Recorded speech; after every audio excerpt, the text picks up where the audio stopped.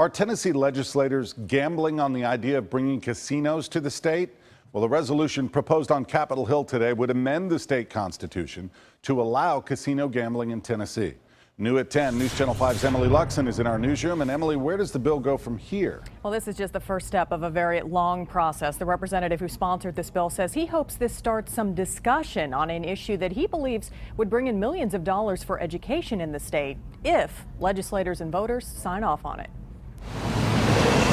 In a city filled with construction and new development, could the next addition be a casino? For me, this is all about keeping revenue here in Tennessee to help K-12 education. A bill sponsored by Representative Jason Powell would allow casino gambling in the state with proceeds supporting education as well as gaming addiction programs.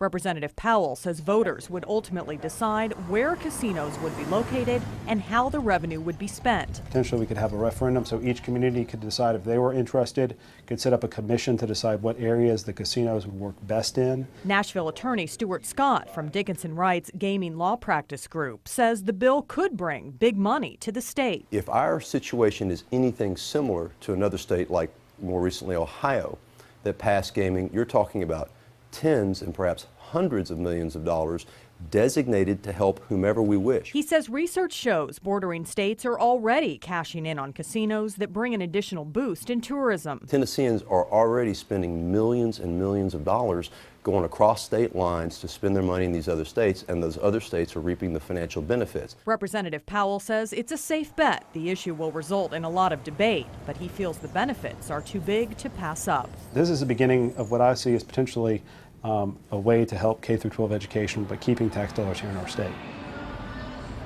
And again, this will be a long process. The next step is a fiscal study, which will happen this summer. If legislators ultimately sign off on the idea, then voters will have to pass a constitutional amendment before any casinos would be built. Rory, back to you.